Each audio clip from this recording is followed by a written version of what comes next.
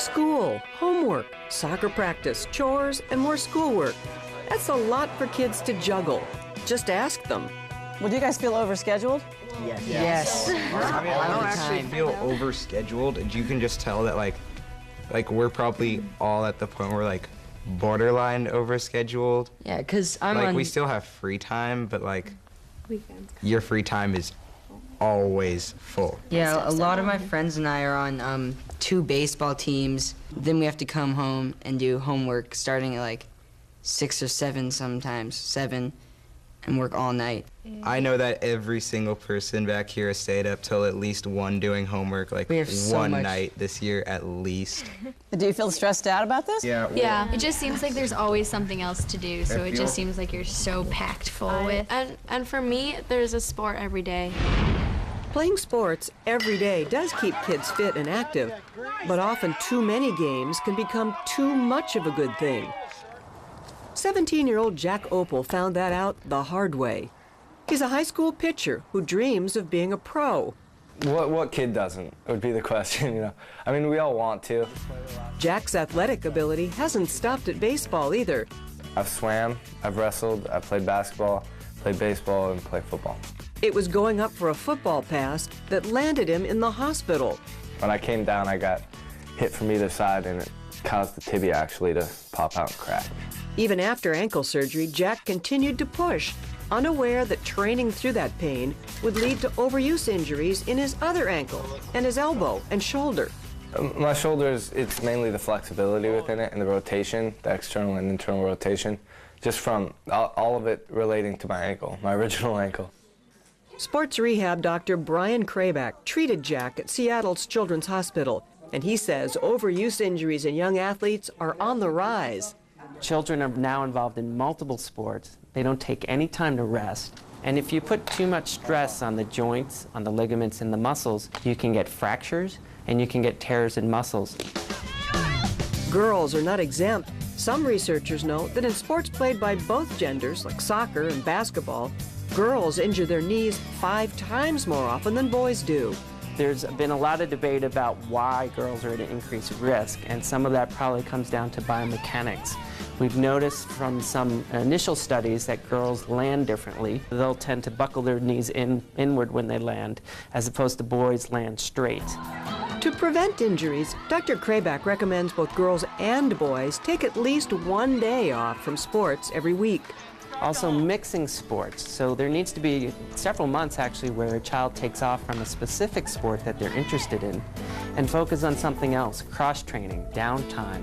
That hopefully prevents future injury. For Jack, right now, it's rehab every day. I've been working hard to come off this injury and really make sure that I'm in shape for next varsity season, my senior year, and that's pretty much my main focus right now. When Jack does get back in the game, he'll be encouraged, like any teen, to take time out once in a while. Just chill with his friends.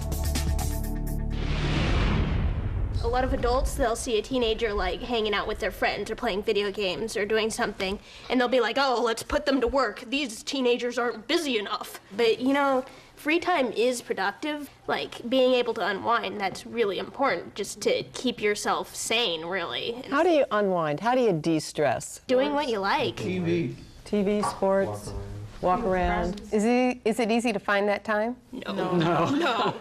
Parents have gotten so needy. Parents are needy? Yes. How do you mean that? Like, we do the cleaning and all the cooking, well, at least in my situation. A lot of the time when I'm just like really bored and after I've done my homework, it's already like really late, I just like go play or do something fun even though it's like really late because I just want to have free time. How late could you stay up, guys? I can stay forever. Bedtime. Tweens and teens just don't get enough of it. Research shows 80% of adolescents sleep much less than the recommended amount they need. There have been a lot of studies and that have shown teens need between 8.5 and 9.25 hours of sleep. Dr. Yemi Keifel treats kids with sleeping disorders at Seattle's Children's Hospital. She said even though kids require more than 8 hours of sleep every night, they average a whole lot less, which helps explain why 28% of high school students fall asleep in class at least once a week. or why 67% drive while drowsy. The consequences can be tragic or result in moodiness and bad grades in school. So, to help everyone rest a little more easily, Dr. Keifel suggests students limit their activities after 9 p.m. Don't stay up cramming for tests. It won't help. Research shows a good night's sleep scores higher points than late night studying. And go to bed at the same time every night, even on weekends. And no electronic devices in the rooms. We need it as much as eating and exercising and doing other things to keep ourselves healthy. And that includes cell phones and computers. They don't belong in the bedroom at night. And that probably should include TVs as well. And Dr. Keifel says if you happen to notice your teenager snoring a lot or moving around a lot while they're sleeping, that could signal a more serious problem. Coming up next, eating too much or too little. When body image becomes a serious problem. I had to force myself to see that it was either life or death.